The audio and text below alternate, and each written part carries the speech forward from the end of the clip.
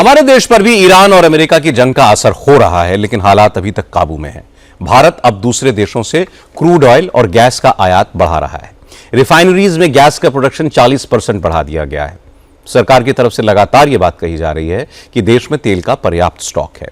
Petroleum ministry की joint secretary Sujata Sharma ने कहा कि इंडियन रिफाइनरीज हर साल 26 करोड़ टन क्रूड ऑयल को रिफाइन करती हैं।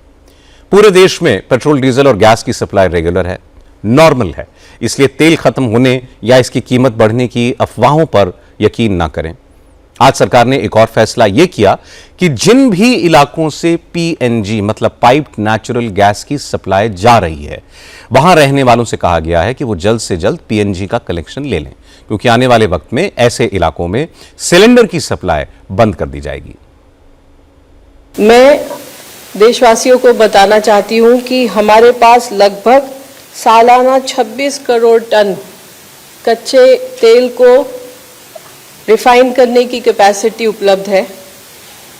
और ये मैं इसलिए बताना चाहती हूँ क्योंकि पिछले 2 दिनों से हमने देखा है कि कई सारे क्षेत्रों में रिटेल आउटलेट्स या पेट्रोल पंप के बाहर लाइन देखी गई है और पैनिक बाइंग भी ऑब्जर्व की गई है।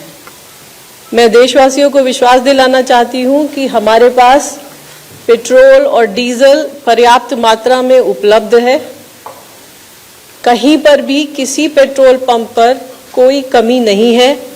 पेट्रोल पंप को सप्लाई करने वाले टर्मिनल्स पर भी पर्याप्त मात्रा में उपलब्ध है।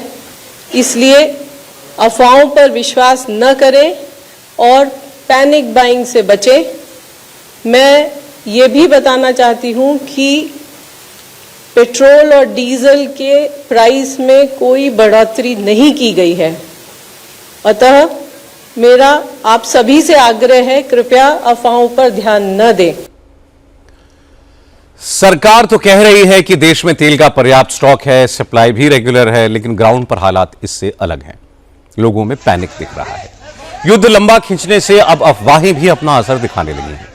लोग अफवाहों को सच मानकर पेट्रोल पंप्स और गैस एजेंसीज के बाहर लाइनें लगा रहे हैं और हड़बड़ी इतनी ज्यादा है कि कहीं कहीं तो मारपीट की नौबत आ गई। जो तस्वीर आप देख रहे हैं वो यूपी के डुमरियागंज की है। पेट्रोल पंप पर तेल भरवाने आए लोगों के बीच ही मारपीट हो गई।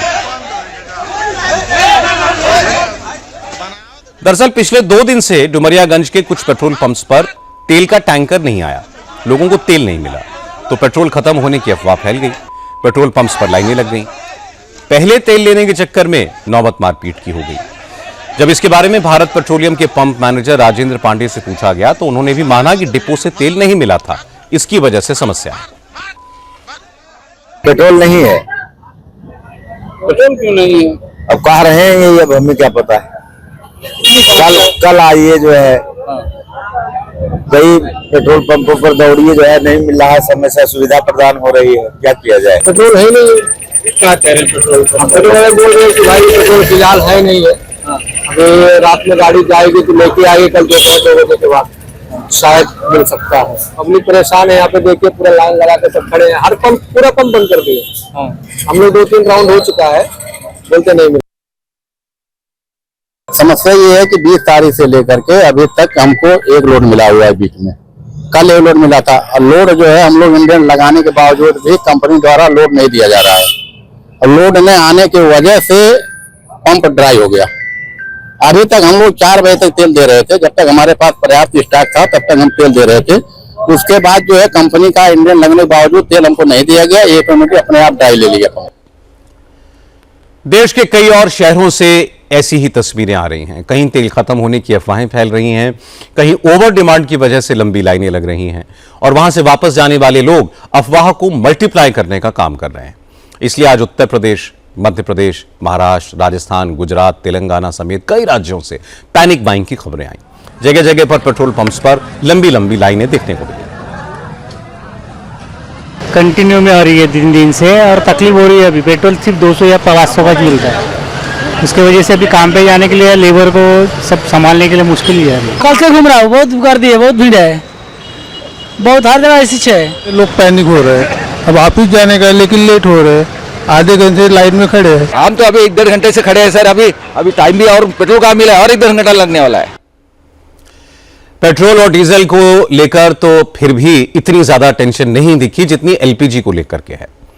जमाखोर और ब्लैक मार्केटिंग करने वाले भी इस मौके का पूरा फायदा उठाने की फिराक में है। हालांकि सरकार सख्ती से ऐसे लोगों के खिलाफ एक्शन ले रही है। आज यूपी के बलिया में गैस सिलेंडर की कालाबाजारी का पर्दाफाश हुआ। गैस एजेंसी का संचालक इसमें शामिल था।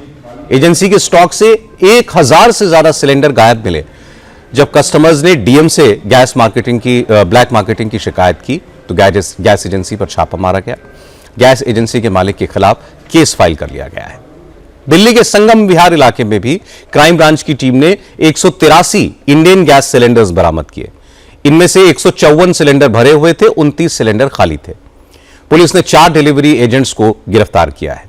आरोपियों ने गैस एजेंसी से सिलेंडर लेकर डिलीवरी नहीं की और किराए के गोदाम में सिलेंडर जमा करके एक अवैध स्टॉक बना दिया।